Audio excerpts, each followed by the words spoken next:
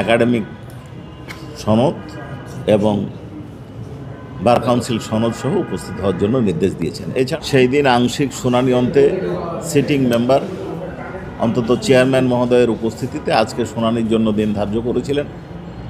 আজকে honourable chairman এবং আরেকজন মেম্বারের উপস্থিতিতে আমাদের লার্নেড প্রসিকিউটর গাজী মনোয়ার হোসেন তামিম আমাদের পিটিশনের সমর্থনে বক্তব্য দিয়েছেন।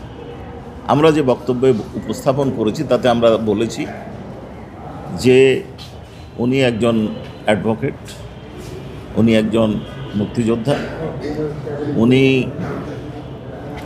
একটি রাজনৈতিক দলের দায়িত্বশীল পদে অধিষ্ঠিত ছিলেন।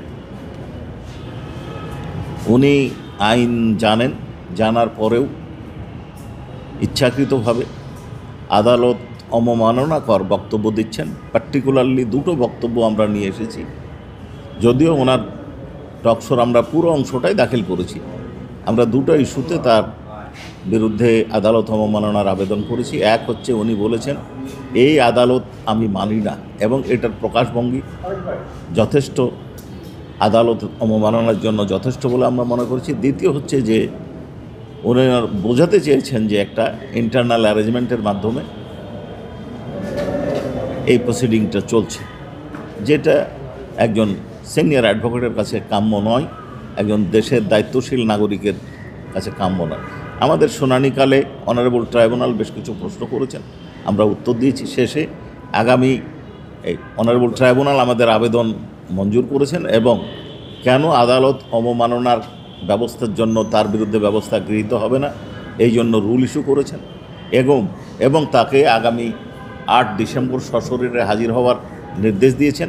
সেই সাথে এটার বিভিন্ন কপি বিভিন্ন বার কাউন্সিল সহ বিভিন্ন জায়গায় প্রেরণ করেছেন এবং ওনাকে সশরীরে আসা উপস্থিতির সাথে সাথে ওনার একাডেমিক সনদ এবং বার কাউন্সিল সনদ সহ উপস্থিত হওয়ার জন্য নির্দেশ দিয়েছেন। এছাড়াও আজকে ট্রাইব্যুনাল 1-এ শাপলা কিলিংয়ে অন্যতম অভিযুক্ত শাহরিয়ার কবিরকে সোনার স্টেট প্রেয়ার করলে সে অন্য মামলায় গ্রেপ্তার আছে, সেখানে তাকে পিডাব্লিউ দিয়ে আগামী 12-1 তারিখে ধার্য তারিখে তাকে পিডাব্লিউ দেওয়া হয়েছে। জি, আপনাদেরকে ধন্যবাদ।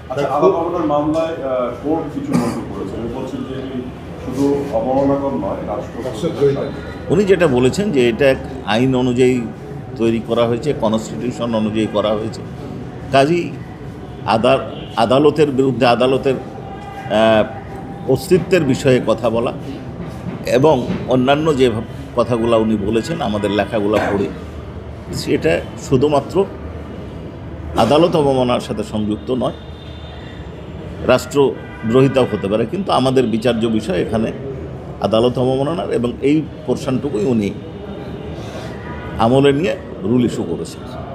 কোর্ট এক পর্যায়ে বলেছেন যে ফজলুর রহমান কে আইনজীবী সার্টিফিকেট আছে, কোর্ট কি এটা আসলেই জানেন না নাকি কোর্ট একটা বিষয়টা আসলে উনি ওনার নিয়ে সামগ্রিক কোর্ট যোগ্যতা নিয়ে প্রত্যেকটা মামলার প্রসিডিং হওয়ার পর অ্যাকিউজডের পরিচিতি সম্পর্কে কোর্ট জানতে চান। স্বাভাবিকভাবে এখানে জানতে চেয়েছেন, এখানে জানেন না বা জানার বিষয় এটা কোনো বিষয় নয়। জি, ধন্যবাদ।